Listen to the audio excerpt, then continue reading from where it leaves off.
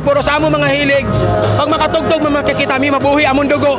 No, mabuhi kalipay murag mawalang basta kay makatabang siya. Makahinumdum sa iyang kapanahunan ang 52 anyos nga si Nomer Forrest o galing iyang ginabalikan ang pagtugtog gamit ang vinyl o plaka. Usang matud ni sa iyang naandan nga pinasahi sa iyang dalunggan itandi sa mga modernong kagamitan karon nga pwedeng makaremix og musika kun magpatugtog og kanta. Malipayon matud siya og galing adunay mga competition nga ginapahigayon, gumikan din hiusab niya maipakita ang iyang talento. Nga bisan sa kadugay, ginatangkilik gihapon niya kini. Makahuna-huna sila nga, uy, ingana da sa wala pa tama-tao, ingana da ang abilidad sa unang panahon, antod karon haalang gyapon. So among ginabalik nga digin mawala sa memory.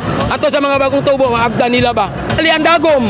Usahay mo ambak pa, usay dili nimo na sa madungan.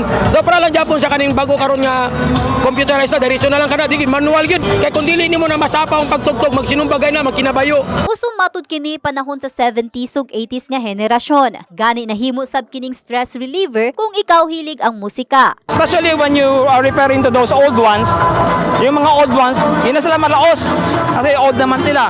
Most individuals, music is a driving force, makes people happy, makes people enjoy, entertained. Alang sa mga mall goers, makakuha atensyon matud pa ang mga karaang gamit sa pagbuhat og awit gawa sa makakuyaw sab sa ilang mata kung paunsa nila kini gina-remix.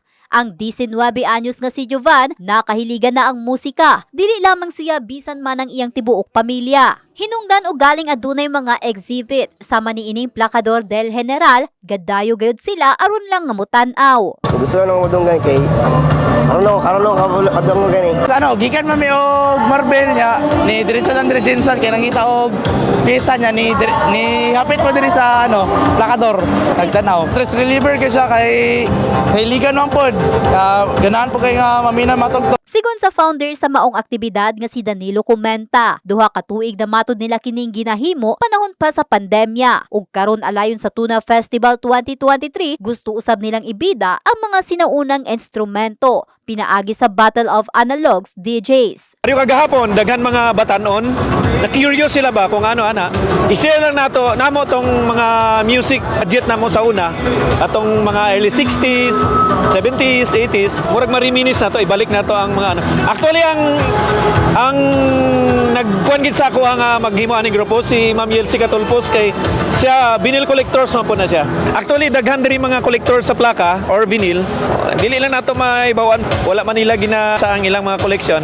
So, pinagi aning grupo, nanggawas ang mga kolektor sa plaka, mo na nga naggrupo kami. Sa karon aduna matud pay 7 ka partisipante gikan sa nagkadaiyang lugar sa rehiyon nga magpakita sa ilang talento. Tumong matud niini ang makahatag og kasadiya ingon man pagdumdum sa mga sinaunang buhat, una pa man ang mga bag-ong instrumento. Mga local DJ, mixing DJs ni sila, tong pure plaka.